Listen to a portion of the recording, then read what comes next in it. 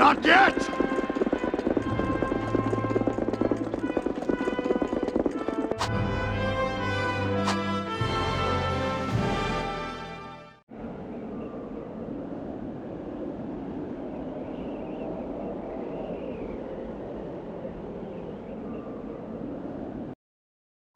My lord, the ranks have fallen into ruin. Has my good fortune abandoned me? Ieyasu Tokugawa, abandoned by fate, has been defeated by the Western Army.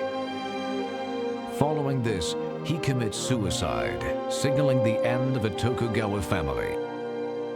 The long battle is finally over. A new era of peace, brought about by the Toyotomi family, has arrived.